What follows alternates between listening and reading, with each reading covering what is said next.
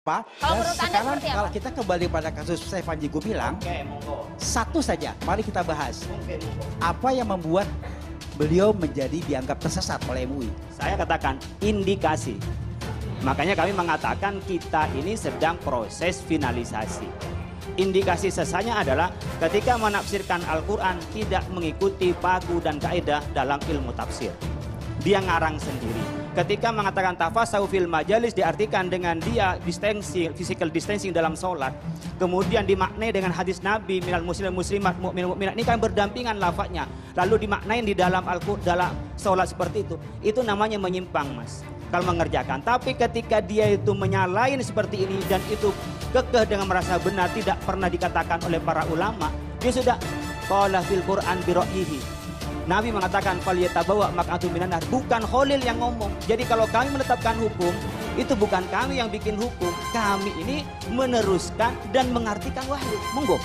Pada dasarnya kami melaporkan progres dari tim investigasi yang kami bentuk sebagai gubernur yang melakukan investigasi dua arah, melakukan wawancara langsung kepada yang bersangkutan dan tim dari Al Zaitun dan juga melakukan penggalian data lapangan terkait apa-apa yang menyertai permasalahan ini.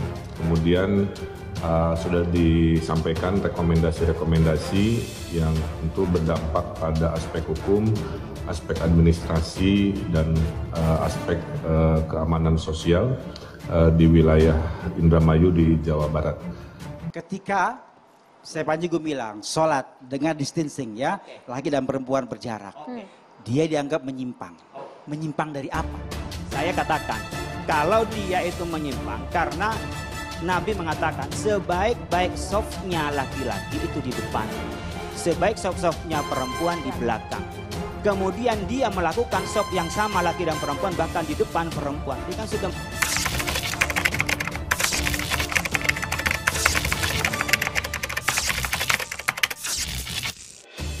siapa yang masuk dolun? Ya hanya Allah yang tahu, kan begitu ya? Nah, ketika orang melanggar yang haram, dia hanya melanggar yang haram, dia fasik, kan gitu ya? Bahwa kemudian setelah dia dan dia berdosa tentu saja, misalnya berzina. Bahwa kemudian setelah dia berdosa, apakah dia masuk neraka atau masuk surga? Itu urusan Allah Subhanahu Wa Taala. Pernah nggak kami mengatakan soal masuk neraka? Kan nggak pernah. Anda membantah yang tidak kami katakan. Anda membantah dalam hayalan Anda sendiri. Ya, saya mengatakan Anda sudah bisa memahami yang kami sampaikan. Kalau orang berzina itu haram, Mas. Betul. Kalau dalam ajaran kami itu bilang haram, lalu Anda bilang zina enggak haram, itu sesat, Mas.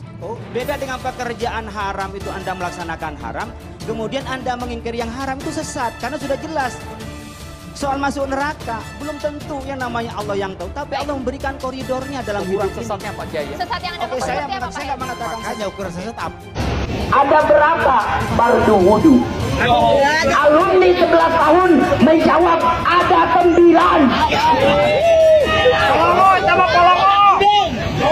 Saya punya data dan fakta tentang Al Zaitun dari 5 alumni yang kemudian berpihak kepada kita, saudara. Yang sebagian tidak bisa disampaikan di sini. Kepada Bapak Menko Polhukam, Kemenak yang saya hormati, kami perwakilan santri Indonesia menyampaikan, Bapak diangkat sebagai pejabat oleh Allah, Bapak dimuliakan hidupnya oleh Allah. Wahai saudara-saudaraku dari kepolisian, saya semua di antara kalian diangkat dan dimuliakan oleh Allah, maka berjuanglah untuk agama Allah, berjuanglah untuk agama kalian. Kalian akan dipertanggungjawabkan.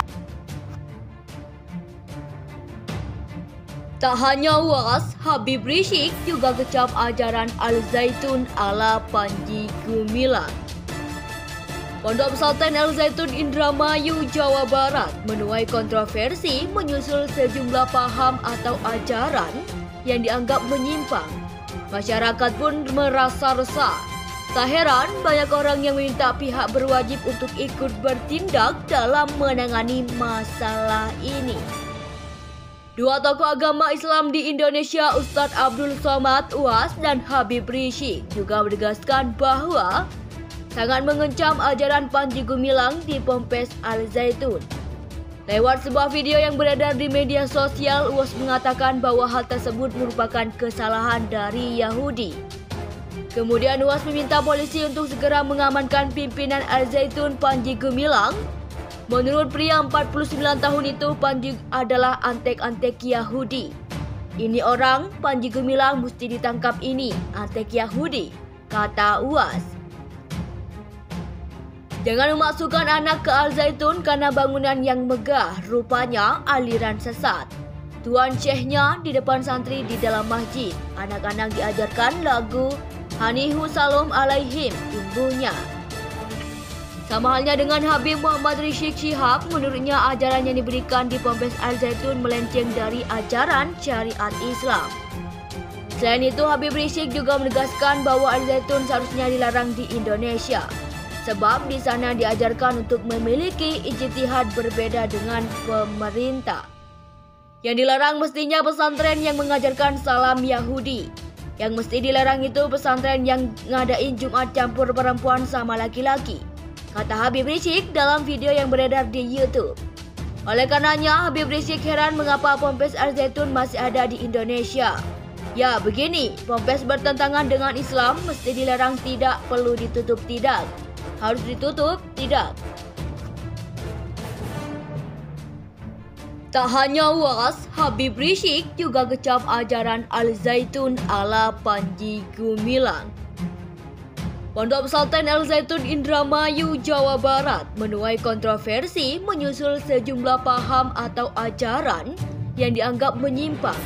Masyarakat pun merasa resah. Tak heran banyak orang yang meminta pihak berwajib untuk ikut bertindak dalam menangani masalah ini. Dua tokoh agama Islam di Indonesia, Ustadz Abdul Somad UAS dan Habib Rizik, juga menegaskan bahwa sangat mengecam ajaran Panji Gumilang di Ponpes Al Zaitun. Lewat sebuah video yang beredar di media sosial, UAS mengatakan bahwa hal tersebut merupakan kesalahan dari Yahudi. Kemudian UAS meminta polisi untuk segera mengamankan pimpinan Al Zaitun Panji Gumilang. Menurut pria 49 tahun itu, Panji adalah antek-antek Yahudi. Ini orang, Panji Gumilang mesti ditangkap ini, antek Yahudi, kata UAS. Jangan memasukkan anak ke Al Zaitun karena bangunan yang megah, rupanya aliran sesat. Tuan Syekhnya di depan santri di dalam masjid. Anak-anak diajarkan lagu Hanihu Salam Alaihim, imbuhnya. Sama halnya dengan Habib Muhammad Rizik Syihab, menurutnya ajaran yang diberikan di Ponpes Al Zaitun melenceng dari ajaran syariat Islam. Selain itu, Habib Rizik juga menegaskan bahwa Al Zaitun seharusnya dilarang